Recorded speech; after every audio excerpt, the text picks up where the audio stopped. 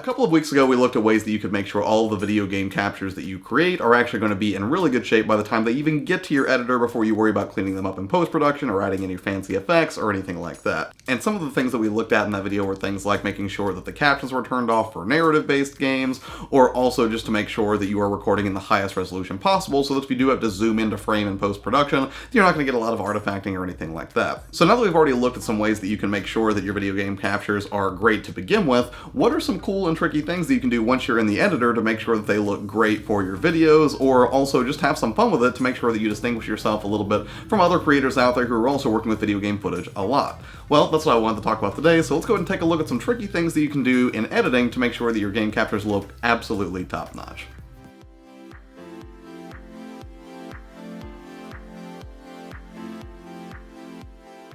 So this first one is actually pretty specific to retro games, and I say that because it really applies to a 4:3 aspect ratio. Now, if you don't know what 4:3 means, 4:3 essentially means the square shape that we used to watch TV in, but now everything is widescreen. You know, we're living in a widescreen world, people turn their phones sideways, and all of your TVs are going to be in a 16:9 aspect ratio, which is widescreen or more typical what you'd see in film. So video games sort of followed suit, and almost all of them are widescreen today, but a lot of retro games from like the NES, Super NES era, the Dreamcast era, PlayStation 2 era, were all in a 4:3 aspect ratio, and the reason for that is those titles were usually in a 480i resolution or something like that, not 720p, 1080p, certainly not 4K like we see so often today. So that kind of presents some special challenges, because if you're actually going to be exporting your video into a widescreen format, how do you make sure that 4:3 stuff looks good? Now, I'd actually seen this technique used in a variety of different scenarios, not just for video games that were shot in a 4:3 sort of square aspect ratio versus a widescreen display, but I'd also seen it for people who only had vertical video to work with. Speaking of which, if you're shooting in vertical video, stop it. Nobody wants that.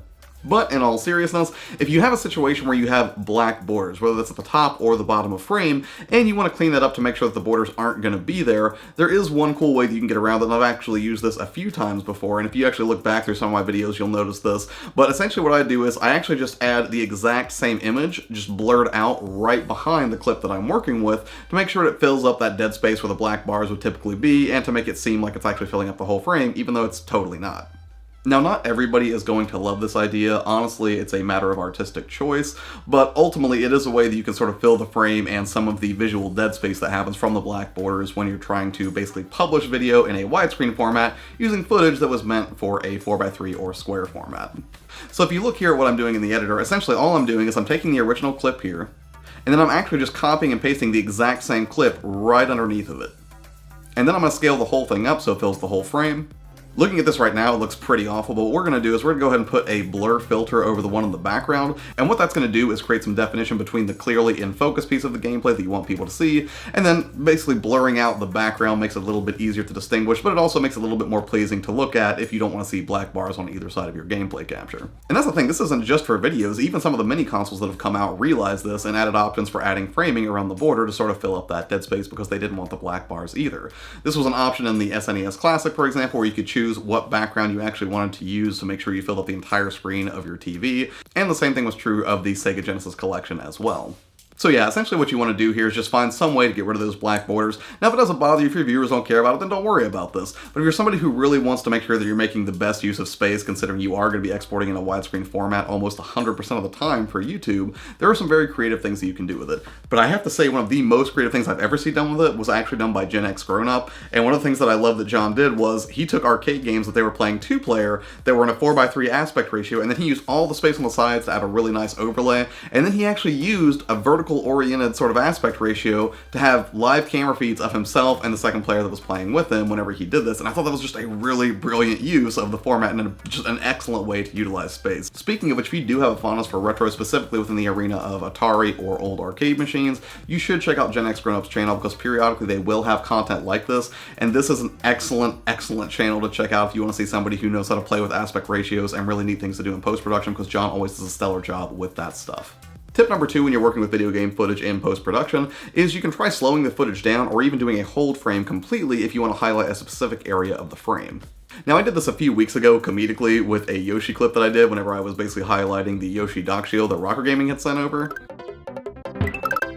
Hello darkness, my old friend. But the thing is, adjusting the speed of gameplay footage isn't just great for comedic purposes, although that's certainly how I like to use it, but also has a lot of practical benefits depending on the type of video game content that you're creating. For instance, let's say that you're doing tutorials or a walkthrough of a particular level, and especially in shooters where things can often be very, very chaotic, you may only have a few frames where you have something in frame that you want the viewer to be aware of, so taking the time to sort of slow things down so they can get a better view at whatever you're referencing can be incredibly helpful.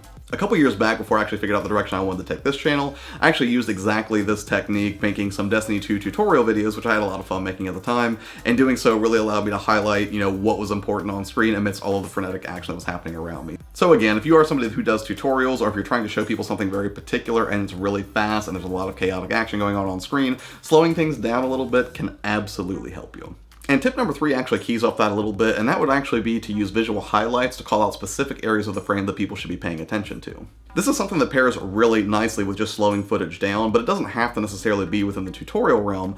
But essentially what you can do is, if you're trying to show people something, especially if there's a lot of detailed information on screen, for me, an area where I would use this would be if I were highlighting something like analytics, or something that was very deep and technical within the editor, for example. But you can do this a few different ways. Some of the most common ways that you probably see YouTubers do this all the time, not just in their videos, but also in their thumbnails, are with giant red arrows, or circles, or some other visual indicator that usually has a completely different color than the rest of the frame, that really has a lot of contrast, and that's to naturally draw the eye to an area of importance. And while it's more common on thumbnails, perhaps, there's no reason that you can't use it during moving footage as well. But if you want to do it in a way that's a little bit more subtle and not so in people's face, one of the things that you can do is basically darken the rest of the frame and just use a spotlight to point out one specific area that you should be paying attention to. This could be particularly helpful if you're playing a game that has a lot of complex elements on screen and you want to call people's attention to a very specific one that you're referencing, if you're trying to dispense information in a way that's effective and it's going to make sure that people don't get lost or confused. Tip number 4 would be to put more on screen, actually, with screen splits. Sometimes with video games, or whenever you're filming certain subjects, not everything in frame is important, and in fact, the most important thing in frame might represent a very small portion of that frame.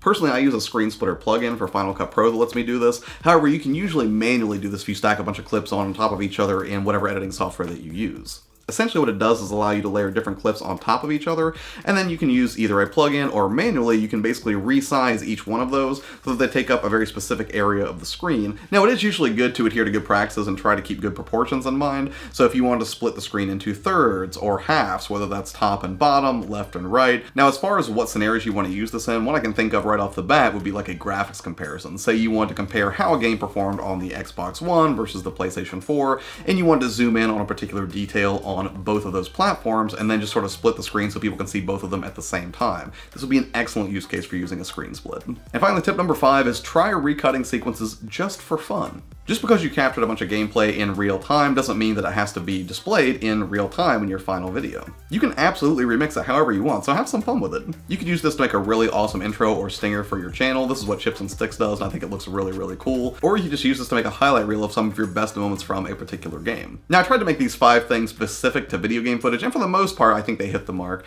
But in truth, there are tons of different ways that you can remix and optimize things once you get into post-production. I'm sure I've only covered a very small bit of them. So my question of the day for you is, what are some tricks that you have found when editing video game footage that you think other creators would find helpful as well? Please let me know in the comments below, because selfishly, I would like to know what those tips are as well. Alright, so thanks so much for taking the time out of your day to watch this video. I really appreciate it. If you are new here, please consider subscribing and hitting the bell to be notified when new content like this comes out, usually every Monday. And make sure you stay tuned for the next video, which I believe should be all of my April pickups, I believe. So I got some good stuff last month. Gonna be a lot of fun putting that video together, and it should be edited hopefully later today. We'll see how it goes. But anyways, thanks so much for watching. Again, have a good one, and I will see you next time. Alright, bye.